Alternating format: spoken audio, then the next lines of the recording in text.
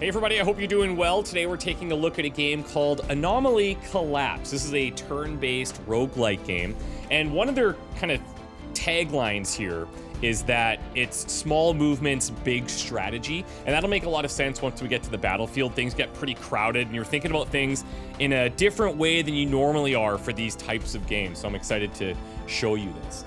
This is developed by Rocket Punch and published by Spiral Up Games, who are actually sponsoring this video, so thank you so much for that. The game is out April 12th, and I'll have a link down below for you to check out as well. They are also doing a giveaway on their Twitter, so if you want to go and check that out and follow up for details, I'll have links down below for that as well.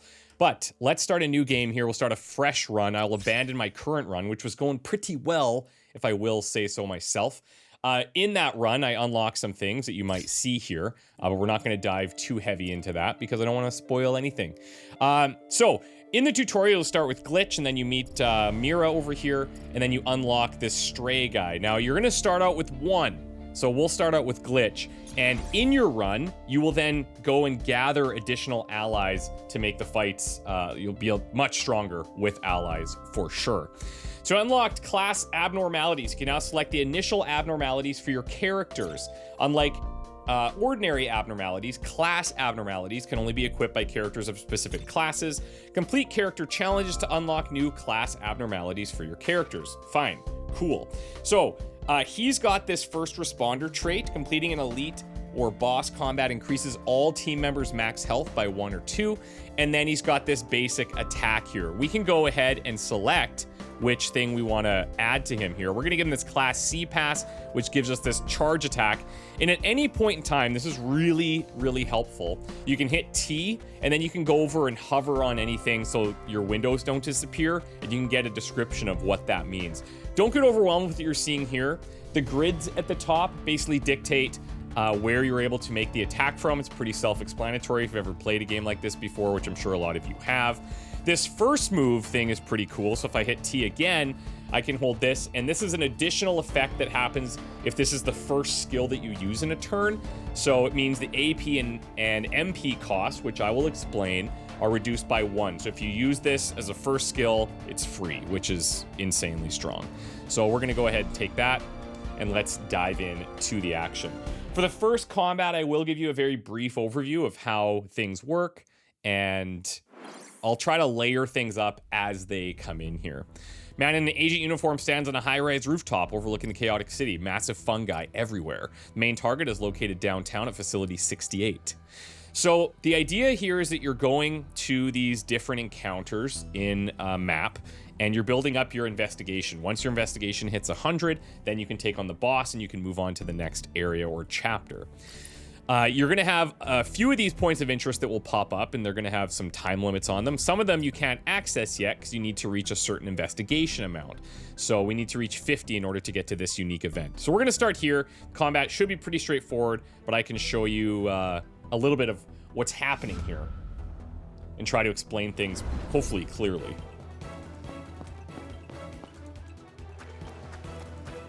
I like the enemy designs. They're very Stranger Things in nature, and I don't hate that. So, really quickly, let's just take a look. You see a timeline at the top here. That's pretty straightforward. Everyone's going to understand that. What's a frenzy phase? Well, that's if you're delaying for too long, then the enemies will bring in an additional, let's say, foe, and they're going to start to pummel you, and it's very aggressive. You don't want to be dealing with that. Over here, we have some different factors that can come into play throughout your run. Right now, all units get knocked back by 1 grid when attacked because it's weightless, so something to keep in mind. Now, you're going to notice this grid here is 5 in length, and you can occupy the same space as enemies or allies, and there's benefits to doing so, and there's downsides to doing so. You have MP over here, which is movement points in the bottom left. You've got AP in the bottom. MP does not carry over turn to turn if you don't use it, but AP does. So sometimes it makes sense to save that, right? Then you've got your abilities here. So your move ability uses MP, and then your slash here uses AP, you can see indicated. And then your rest is to go to the next turn, and that's it. So if you don't move or use any skill and you rest, you can build up AP that way. So there is definitely some benefits to saving that and carrying it over. However, that charge attack that we've gained because of our class anomaly is here. And so you can see, if I click this, where I'm able to target. You can see how much damage we're gonna get. And because it's first move, this is gonna be free. And this is going to put us into that square with this guy. He's very basic, so we just kill him, but you get the idea, okay? Now, when we complete a combat, we get these random loot selections. All of these can be either a passive or an active abnormality. You have a certain number of slots on each character to put these into. So let's take a look at what we've got. So number one, we've got Super Tar, which grants support +1. Support +1, strength +1 over here. These are stats that your character has, and you can probably imagine what they do. Strength makes them hit harder. We can go into that in a little bit more detail in a bit here. But this one is gives extra support and gives you a skill called Sticky Tar.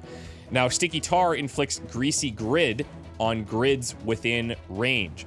And characters that end their turn on this will gain slow for a turn. And slow reduces MP regeneration, I believe. Yeah, MP regen -1.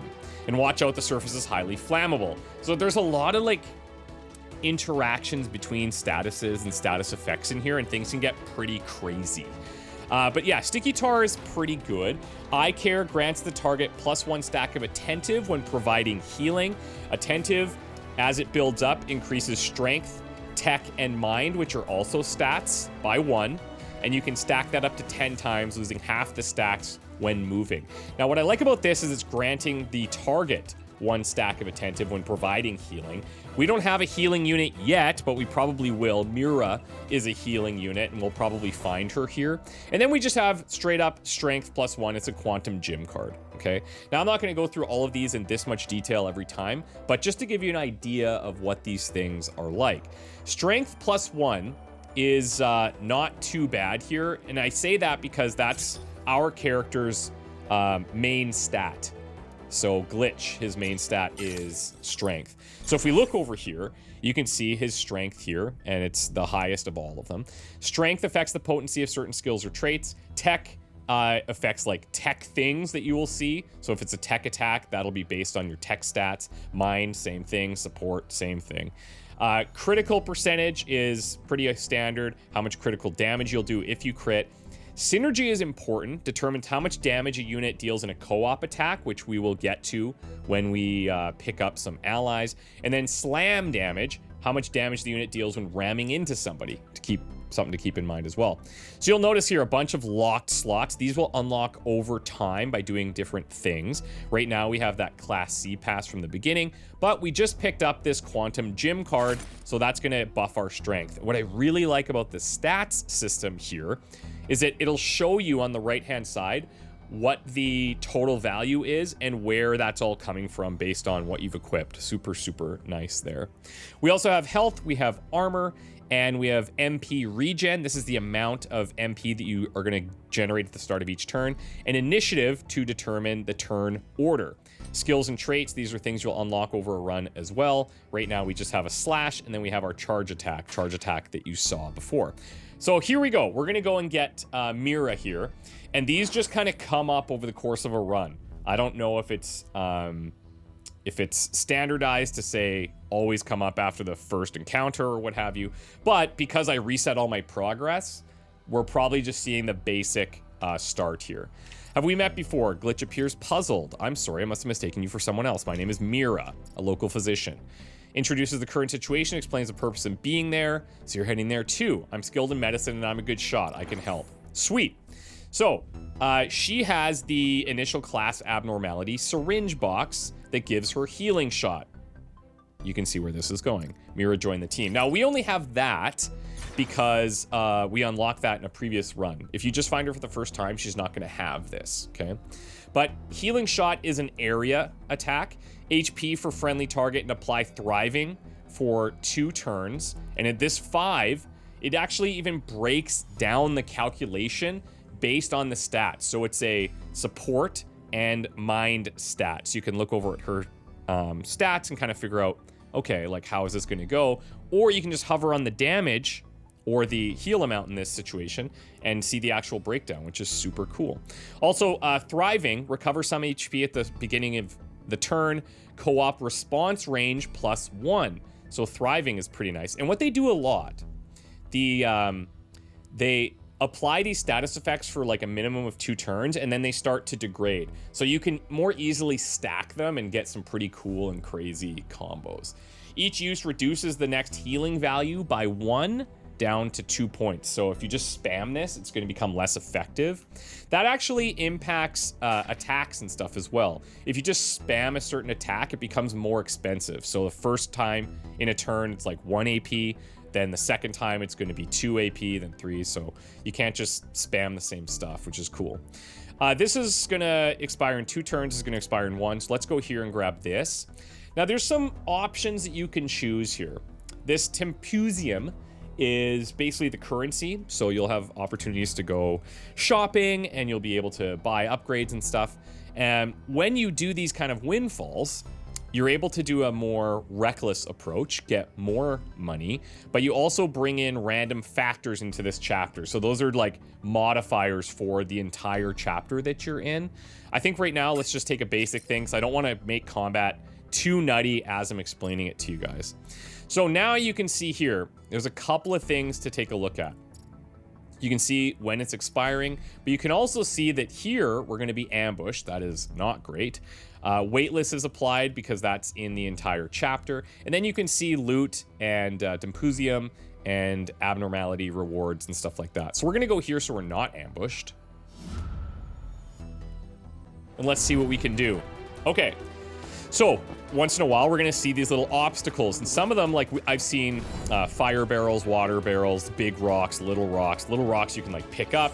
These rocks you can experiment and say, okay, I'm able to push this away by up to 2 grids. That's going to cost me an action, which I may not want to do because I have my free charge attack here, right?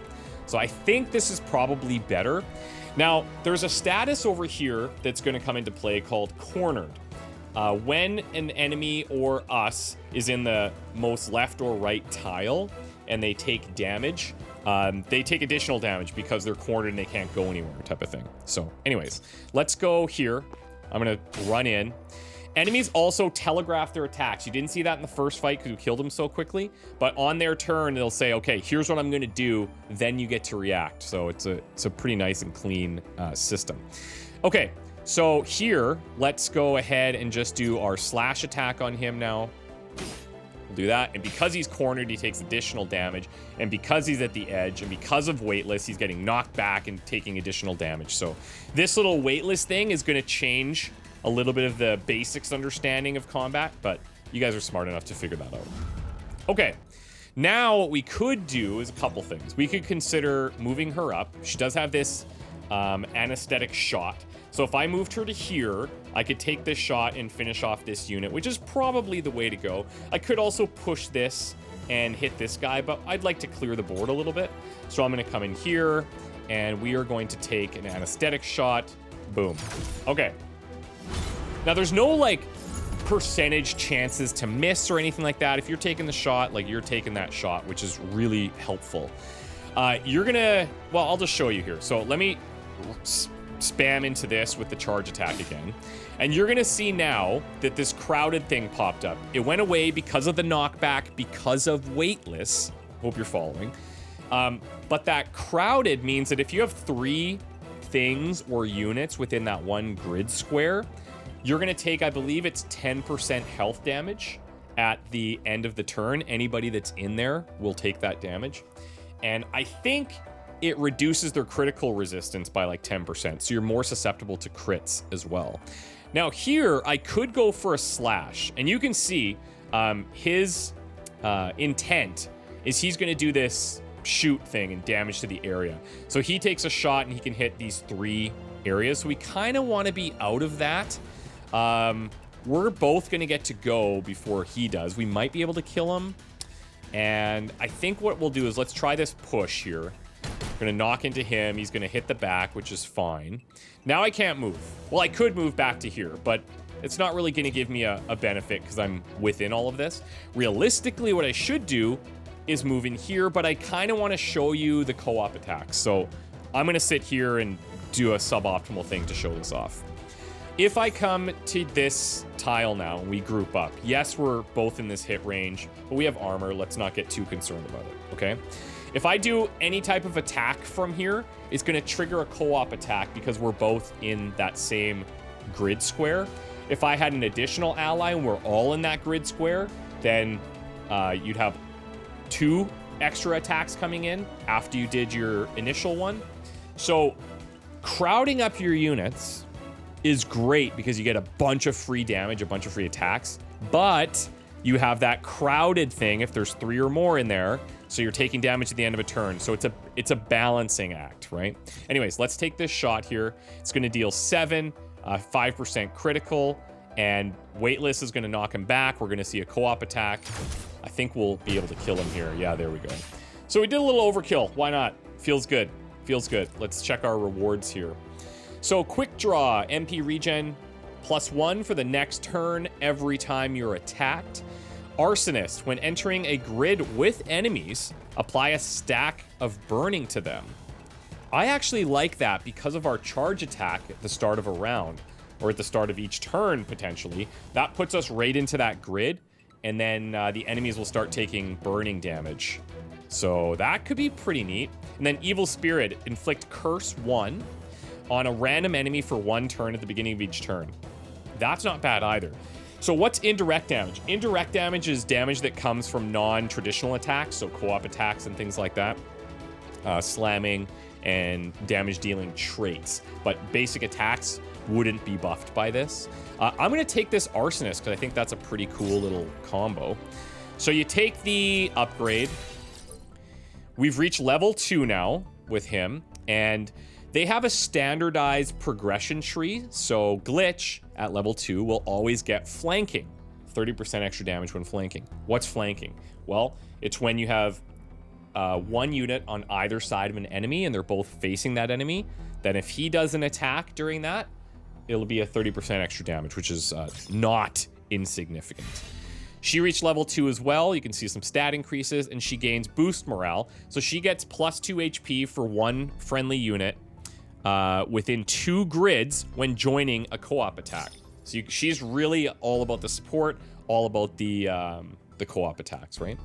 So at the end of a fight, you have to make sure you go in here and equip these things. They don't auto-equip. So we're going to throw this Arsonist ability onto him. But I won't be able to put any else on him, any other passives for now until we get things to unlock this, and I'll show you that in a bit as well. If you want to get a review of what they currently have for their skills and traits, then you can come in here and you can check all of this out as a nice little summary. Okay, so this is expiring in a turn, but this is expiring now, so we're going to go take another fight immediately. It's that ambush thing, so we'll be able to show you that as well. Ah, nice. We've got an explosive barrel here to show you too. Cool.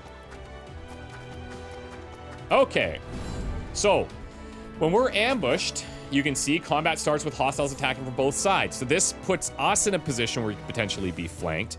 You can see that greasy grid thing that we had mentioned earlier is in play here, actually. Characters ending their turns in this grid will slow for a turn, and the surface is flammable. So you can see some possible implications here.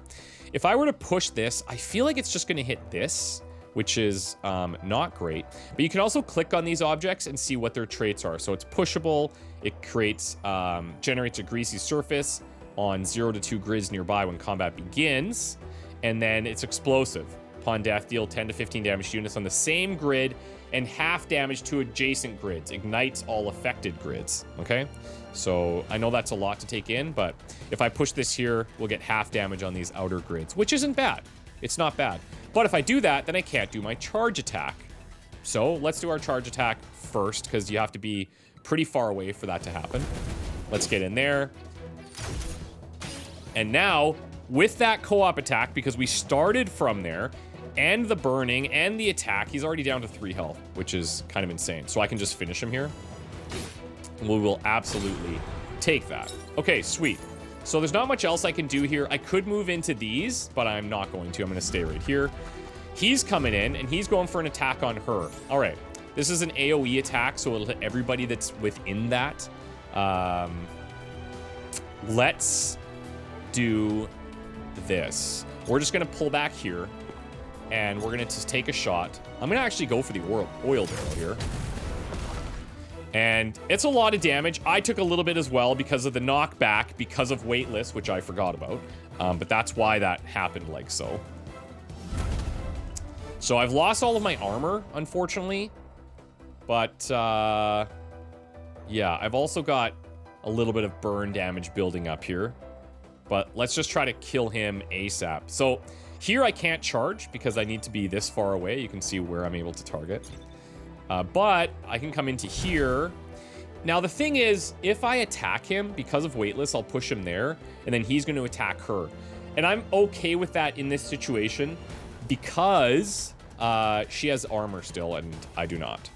Now, charge attack didn't go away. Why is that? I didn't do it as my first move. It's because first move is only impacted by actual abilities. So if I were to slash, then I couldn't use charge attack. I can move first and still have this available, which is quite nice. Okay. So he gets that damage in there. Her armor's gone, but it's all good. Now, we could do a couple of things here. We could heal. But then, like, I'm gonna take burn damage over here anyways, right at the beginning of my turn. So if I can prevent that turn from happening, I think that would be better. Let's see if we can just kill this guy and we move on. Okay, hopefully I'm explaining everything clean and clearly to you guys. If you have any questions, of course, please let me know. Now, what I like about this system too is this will show what their dominant stats are. So tech is Glitch's dominant stat. I thought it was strength for some reason, but I guess it's both of their dominant stats. Okay, so you get the skill Treacherous Strike. Flash past the target by 1 grid and deal 4 damage, which is based on tech and strength. Okay, so if I click here, I can see what the impact is because she has a slightly lower tech and strength. It's not going to be as much damage. And if I do this as a first move, then I get the AP cost -1. So this might be cool to give to her to have some flexibility in that first move. Sticky here grants slow for a turn when dealing slam damage. Not really great for any of our guys right now. And then Butterfly Dance, 5 damage to the target and push yourself back by 1 grid. And if I do it on the first move, I push back by 1 more. So I push back by 2. That could be pretty neat as well. I think I'm going to take Justified Betrayal, though. Let's take that. And then if we go in here, we throw this on, Justified Betrayal. Okay. So yeah, tech here, you can see much higher for her. I'm pretty sure that strength is still his primary here. But regardless, I mean, his tech score is also great. So maybe they can have 2 dominant ones. All right, let's take a look at things here. These are all new. So if I go here, there's something with considerable power that I should check out. Here's a recruit, which doesn't expire, which is nice. Here's an investigation we can do because we hit 50% of our total investigation. Here's a heal, which I need. Looks like I can do this, this, this, and then this. So I think let's do that. Okay, so we can get Clown Face here.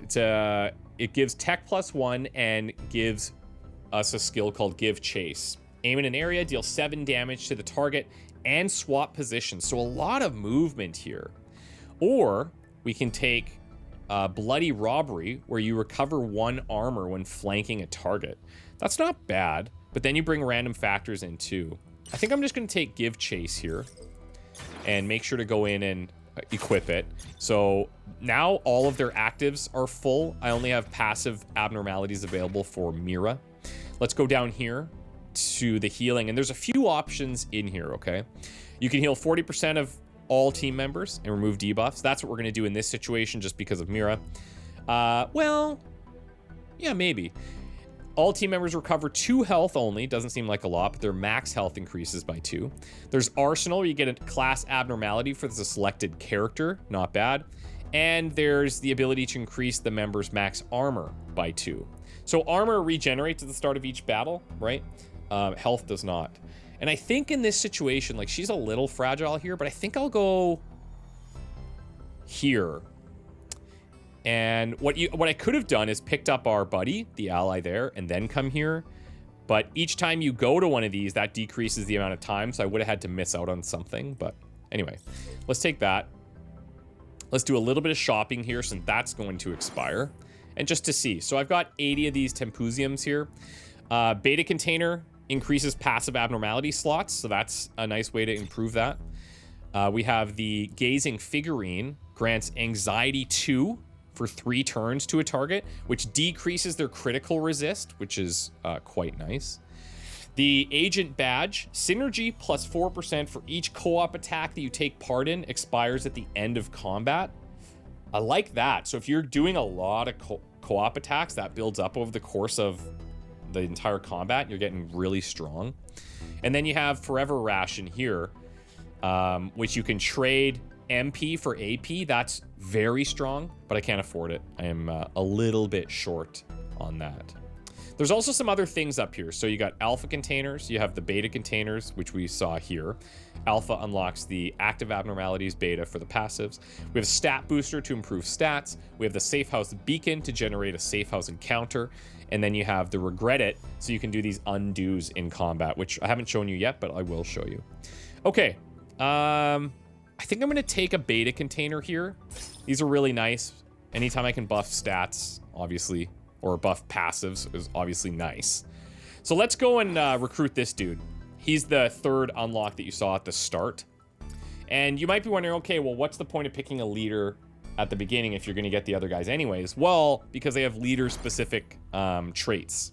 So he's got this class abnormality that we unlocked in the previous run that gives him Shield Bash. That's with his police ID. Shield Bash deals X damage to all targets within range and knocks them back by 1 grid. Now, I don't know if that's going to be amplified by the wind thing that we got going on. So maybe they'll get knocked back extra from that, but we'll find out. Okay, so Stray has joined the team and he's gets some additional levels. So he's going to be level 2. Now he gets shield counter. When he takes damage, he increases the damage of his next attack by 1. All right, sweet. Okay, so let's get this to 100 and then we can take on the boss. Let's go here. Weightless and Spore Diffusion is out here now. So a random grid is filled with Spore Fog when the round starts. If you end your turn in Spore Fog, you're going to take 2 damage. But if the enemy ends in Spore Fog, they are going to heal by 2. So anyways, let's go here and fight this. Okay. So this grid system, first of all, I think this is fantastic. I love it. It's not the traditional like Darkest Dungeon style where it's just like you're on one side, enemies on the other. We've seen that a bunch of times. I like that you can get into the other into enemy spaces, and there's a lot of cool ways to play around these co-op attacks and stuff. It's really neat. It's really neat. So my charge attack I should go for first. Now, here's the thing. If I do that,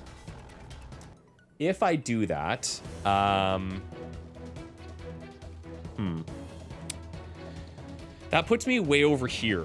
Okay, I could still move out of that afterwards if I wanted to. And I could move over to here. I'm just thinking of like...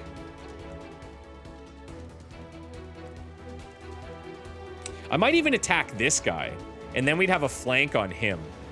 So, for example, if I go here, these guys all take the burning along the way, right? So that's kind of like a no-brainer opener there. And realistically, I should just kill this guy. I should just kill him. But my thought process was I could give chase here, swapping with this guy, and then this guy's in a flank position, so he takes a ton of extra damage. But like I said earlier, clearing the board, very, very nice. And I'm going to clear the board. Plus, we can flank this guy if we just move in with our buddy. Or I could even move in here now and flank him. Let's do that. Plus, we get that extra stack of burning on him. Yeah. Okay, that'll work. Okay, he's moving. Now his attack is going to hit these 2 tiles. All right. So, fair enough. I should have paid attention to the initiative there. What I can do... flash past the target by 1 grid and deal damage to him along the way. Plus, it's going to be free. So if well, can I even? I actually can't. Oh yeah, I have to, yes I can. I have to select him. I was looking to select the tile that I was moving to. All right, sweet. So because of waitlist, this is something that's gonna mess us up a lot. But that's gonna constantly be pushing these guys around, which is a slight problem in this scenario because I don't want to push him into the spores because he's gonna get healed. His attack is now gonna be irrelevant. This guy hasn't queued up an attack yet. So I think we'll just take this. And actually, what I'll do first is I'll move into here so we can get the co-op attack. Attack here. Boom. He's going to fire off as well. Boom.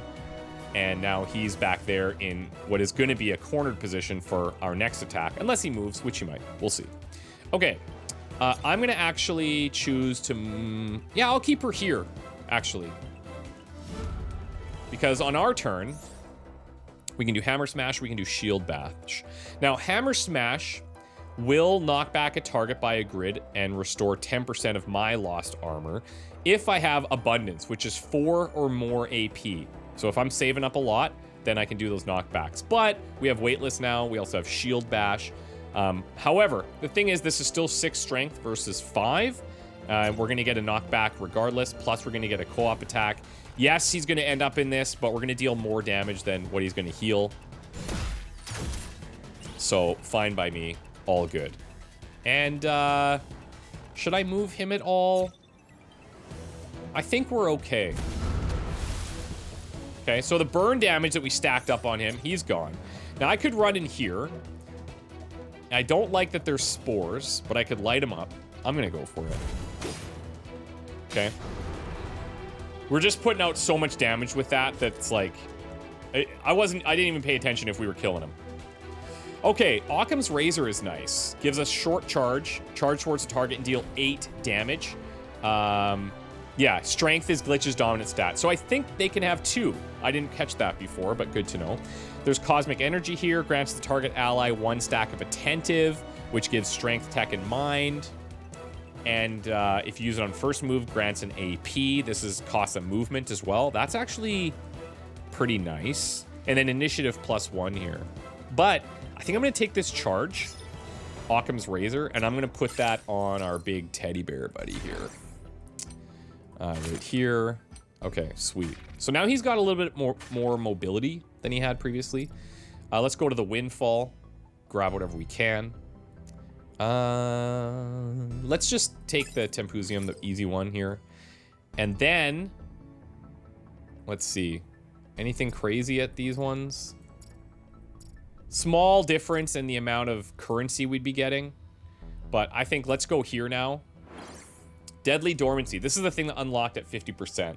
So a ruined grocery store catches Glitch's attention. Its front door has been destroyed, its ceiling gone, leaving only a few shattered walls that reveal the furnishings inside when glancing in from the street. Quietly lying on the counter is a piglet. Wait, isn't that a piggy bank? Approach it. Surprisingly, the piggy bank seems to be alive and sleeping. Well, anything's possible in the abnormal realm of Epsilon, or Epsilon. The piggy bank is snoring loudly. Something terrible might happen if it doesn't stop. Hey, wake up.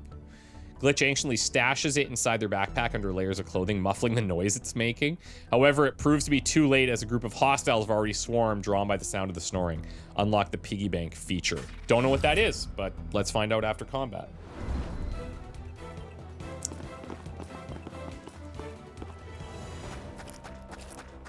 Okay, I don't think I've seen this enemy before, so this is cool. So now we have Eerie Thunderstorm, generates wet surfaces at the start of combat and occasionally trigger lightning strikes. So, lightning mark, at the end of the round, all units in the grid are attacked by lightning, taking X damage and gaining electric arc. Yikes. Electric arc deals 2 plus the number of chapters. Oh, interesting. Divided by 2.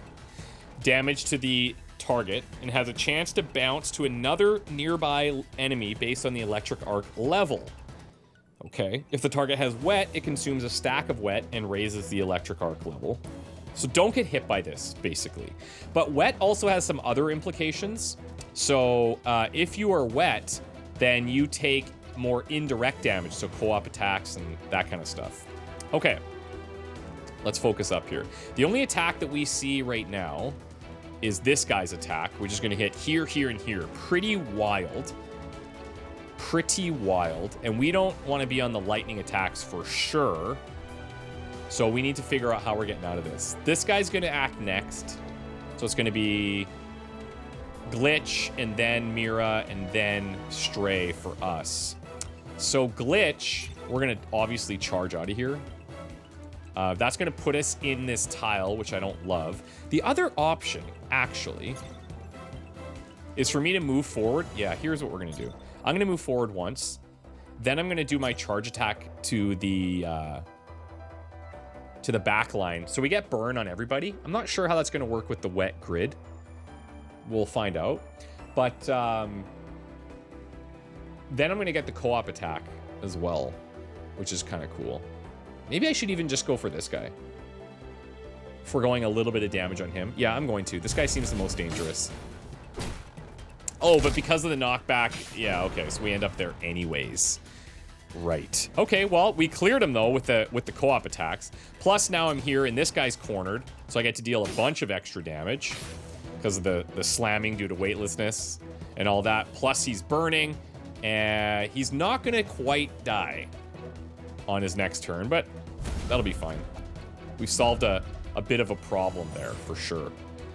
All right. So now I could flash past him.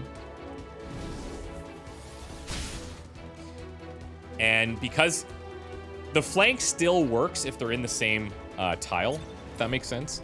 Now what I should do, well, it's a little risky.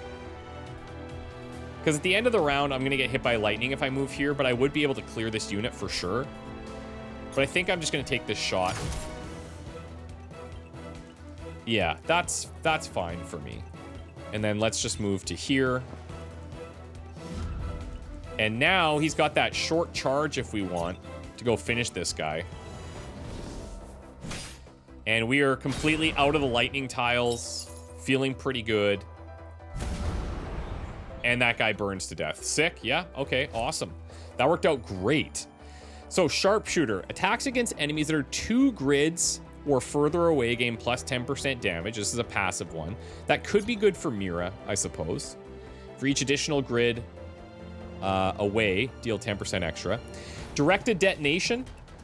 This is dealing 2 damage to targets and igniting the grids within range. Reset the cooldown when you end a turn on a burning grid. Interesting. Possesses the associated abnormality because of burning in there. Yeah. Or Steady Blessing. Grant good rest for 2 turns to a friendly target. And good rest gives a stack of attentive, so you build up the strength, tech, and mind. And can use rest if this unit does not use any skills.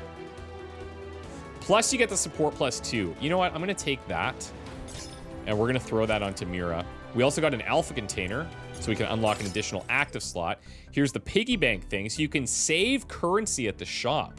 Ooh, that's nice. Oh, that's cool. Okay. Don't unlock that. No. No, no, no. Healing shot we want to keep.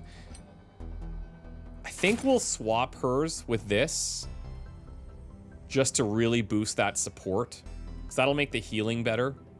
Right, you can see it's like double impact from support, but a little bit of mind there in the calculation. And then, well, I guess, you know what? Let's unlock it for her, and we will give her that extra one, because having that mobility on her is quite nice. Everybody's got some ways to dance, which is sweet. Okay. Let's go check out this event, and then we'll take this fight, and then that should put us at the boss. Random team member loses 5 HP, obtain 50 credits. Yes, we'll take that. Glitch lost 5, not a problem. Oh, well, okay. We better go to the shop then, and because we've got the piggy bank, how does that work? Piggy bank. Butt Parker. Okay. Congratulations, you've unlocked the piggy bank. Here you can save your extra Tempusium and unlock unique rewards. Don't worry if you don't want to save Tempusium. The piggy bank automatically grants additional rewards and saves them for you. Fight enemies to gain wealth. To withdraw your savings, use the hammer. Don't worry, it won't destroy the piggy bank forever, as it will return to its original state after a while. For each 1 Temtusium you deposit, you'll gain rapport with the piggy bank. When your rapport is full, you can upgrade the piggy bank to unlock additional benefits. Each combat will reward you with interest, which is automatically deposited to the piggy bank. You can smash the piggy bank to withdraw. That is sick. What a cool idea. Doesn't like being smashed. Yeah, I get that. Let me just look at what we have in here. So look at how cheap this is. Minus 99%. Yeah, we're gonna buy that. So I guess that's a mega sale. This is the butt parker that was unlocked. We can buy this for 50% off. Damage to a target with a 50% chance to stun for a turn. And then break seal. Trigger additional effects if this skill is used for the first time in combat. Guaranteed to stun. Oh, that is nice too. Okay, tell you what, let's buy that. Oh, wait a second. My bad. It gave us this for free. I thought that just added it to the shop. Okay, well, I don't hate it, because we have the elf container stuff for extra slot, and then I can just save the other one. But let's go to the piggy bank, and we'll save, like... Click to upgrade here. Okay. I like that. I'll just save the rest. Oh, it's full now. Okay, so you can only go to a certain amount. Shop shelving +1. All right. So it makes more things available in the shop. Very cool. Let's go. So with the stun, I think I'm going to put it on him. That seems good. And then we need to unlock some additional slots there. Okay. So we can go to an elite here. I'm not really too pumped about that. I think we'll just take this fight, and then we should be at the boss. That should put us at 100. We can get a small heal out of this, too, for our buddy. Glitch, that would be nice, because he took that random damage. All right. All right, where do we begin? Where do we begin? I think we're just charging through to the back here. Seems to make a lot of sense. And then we slash and we should be able to kill. This, we're normally not able to just wipe enemies this aggressively, but because of weightless, it's really helping us quite a bit. So he's attacking here and here. I think I'm gonna blow past this guy.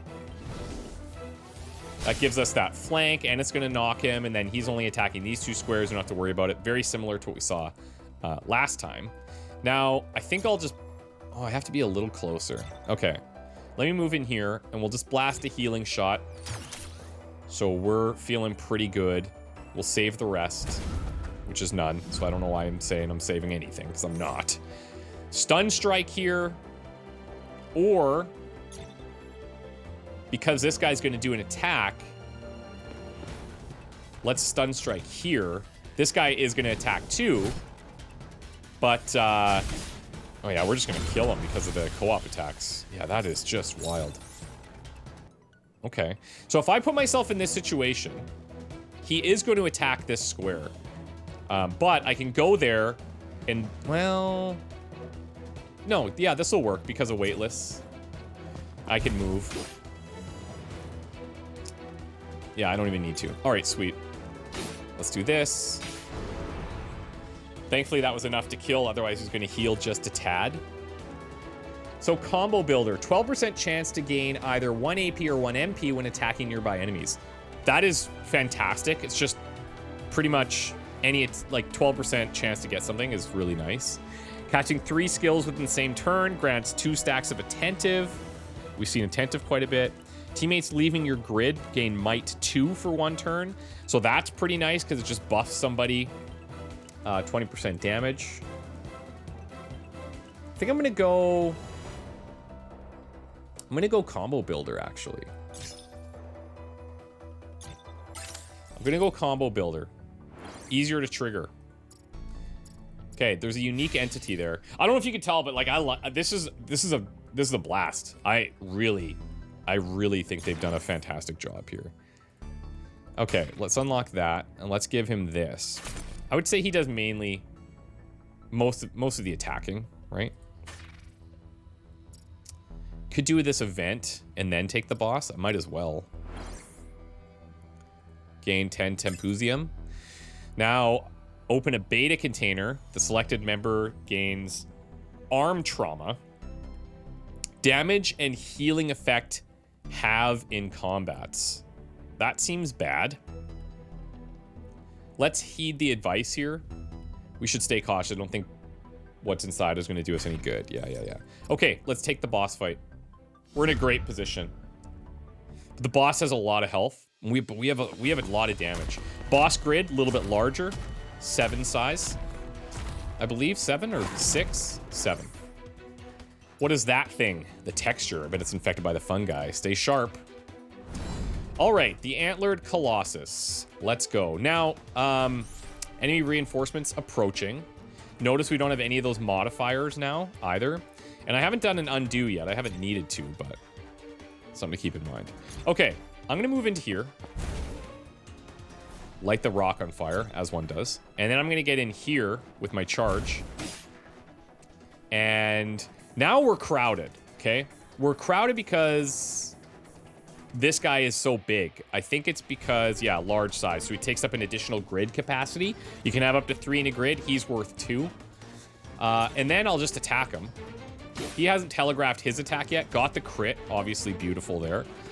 I'm not going to move. Okay, so his attack is coming way downtown. Now, a couple of things we could do here. First of all, we're going to take a shot. Oh, this thing is blocking me, isn't it? Yeah. Okay, so I can't shoot past... Well, hold on. I can shoot past it. I just don't have the range with this thing. So let's do a move into here.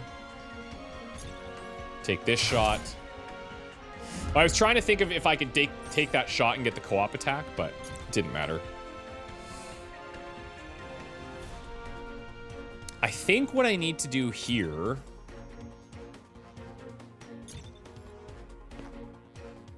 I can't quite reach that. And then if I move up, I can't quite reach it either. But at least I'm in a better position. Because I don't have the MP for this. The shield bash doesn't help me. I can just attack this thing because I have nothing else to do. But I might as well just save up the AP and do a carryover. So there's some reinforcements. Now, do I want to swap positions with this guy? Honestly, not necessarily. Because we've got some flanks potential here. And you see how our cost, I mentioned this earlier, but our cost went up each time you use a skill. I'm just going to hold this and carry it as well. Okay. So now he's going to attack over there. And we could do a co-op attack from here.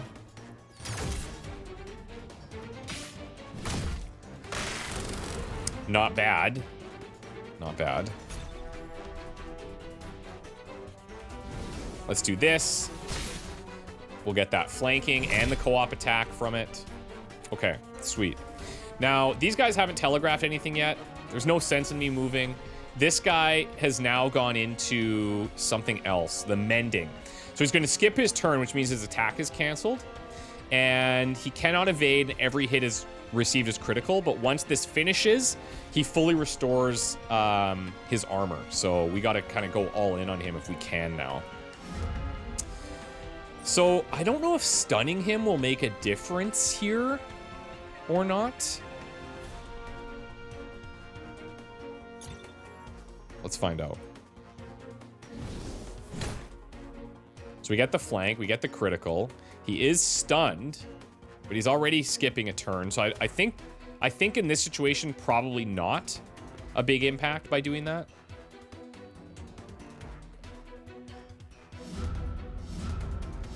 Okay, so the little guys are now telegraphing their attacks. So he's going to attack there. This guy's going to attack there. Okay, so they're all going for her. So she's going to need to move at some point. I am going to move back and then charge attack into him. Okay, so he's down to 109. It's huge. And then, I'm going to target him. We're not going to swap because we're in the same spot, but it was more damage. And let's just see here. Oh, he's actually attacking these 2 tiles. He's attacking these 2, and he's attacking these 2. Okay, so then let's do this. Let's move to here, and we'll be out of range. She needs to move. I'm thinking we just pull over here. And that's our only target, unfortunately.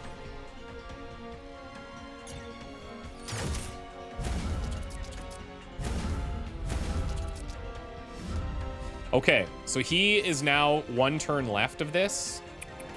We'll see. We need these co-op attacks for sure. I should probably have just saved the stun strike.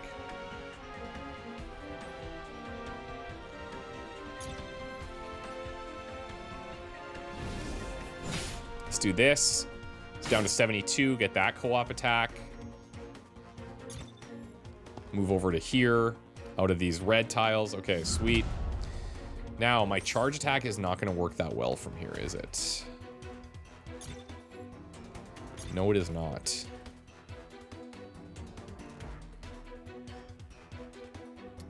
Okay, here's what we'll do. Oh, I can't get past him. So when this thing is maxed out like this, so he's worth 2, he's worth 1, so it's 3, you can't pass through it, which is a bit of a problem for us in this situation. Same thing here because this is a large size. So I am kind of stuck, but he is flanked, so I will at least take this attack. And we're getting crits because of his status, but now a bunch of his armor is going to come back, which I don't love. Attacking there.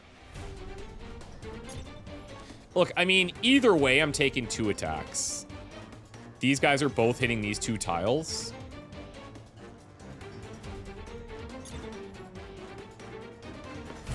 But if I move here, I'm taking 2 instead of 3. So he's back with a vengeance. We've seen worse. I'm not too puffed up yet. But now he's doing something big. Colossal Smash. 13 damage to all targets in range. I don't love it, obviously. I think what I got to do here, come in, pop a little shot off here. I'm really just focusing on him.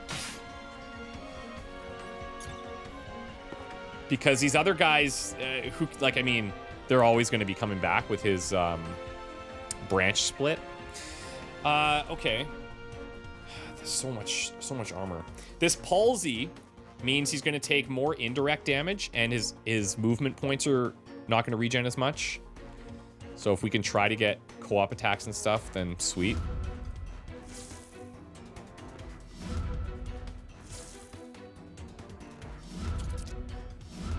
Okay. Well, I am definitely going to take some damage here. That is for sure. I could do some knockback here. Does that help me? Not really. I'm still going to be getting hit. I could move over here and just attack this guy, but like I really want to put damage in. If I do the shield, well, okay. Let me do the shield bash here. It hits everybody. Obviously, we're having problems getting through all of his armor here, but then I can move out of range and not get hit. He's going to hit his allies too, so that's something to be thinking about. My problem now is, can I get out of here with glitch? So because he's slowed, he's only got the 1 AP or 1 MP, which is a problem for sure.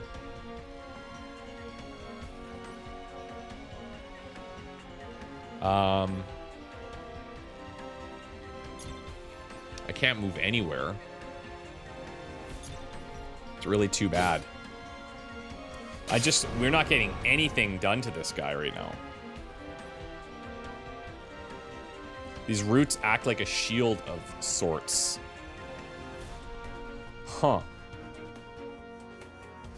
So, okay, this is new. So I'm wondering if these roots act like a shield of sorts. Huh. Offload direct damage to teammates within 3 grids when not inflicted with stun and mending. Okay.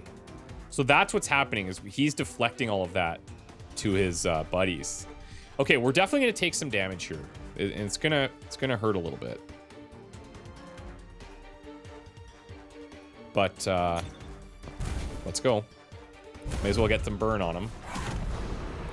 Colossal Smash, he's clearing that for us, which is nice. I don't think, do we have this range? Nope. Nope. Let's see what we can get done here, if anything. Nope. All right.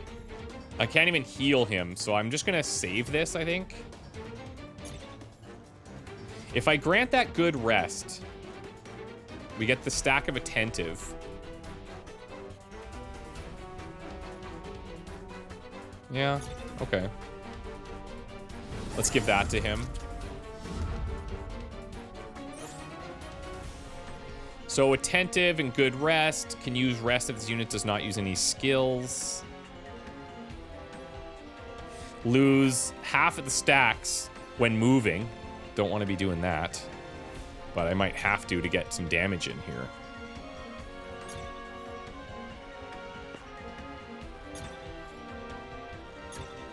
Yeah, I mean, it's really, I can't really do a whole lot.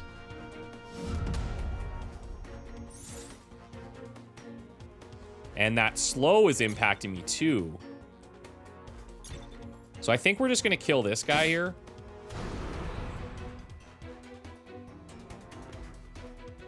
And then swap with him.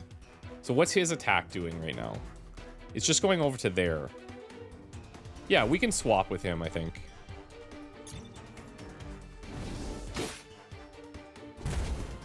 Okay. And then we'll save the rest. So now he's attacking these three. This is when we have to go hard.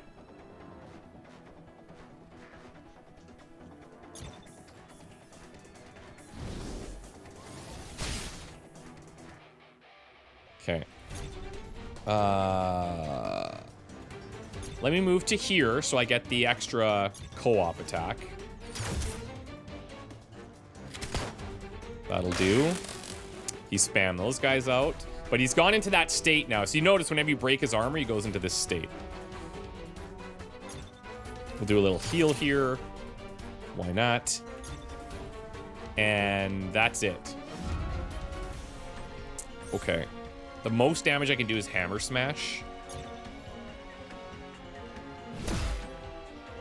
Good.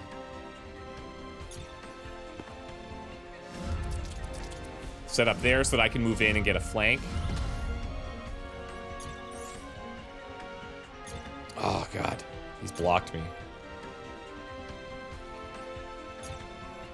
Okay, fine. These obstructions have really slowed us down here. That's been a pretty significant impact. We still have a turn where he's going to be in this state, so we'll take a little bit of damage here, but nothing too crazy.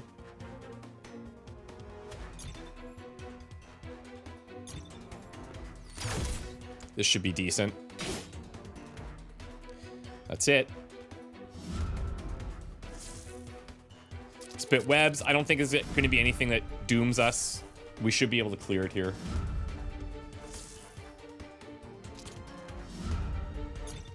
Let's go.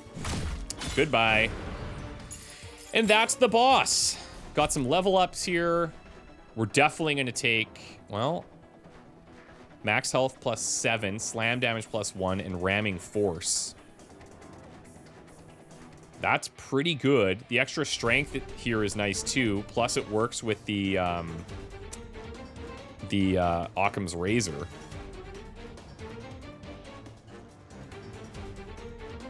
Huh. I think I'm going to take the Beast Horn here. Just to really tank him up. So that's the end of Chapter 1, or the first level.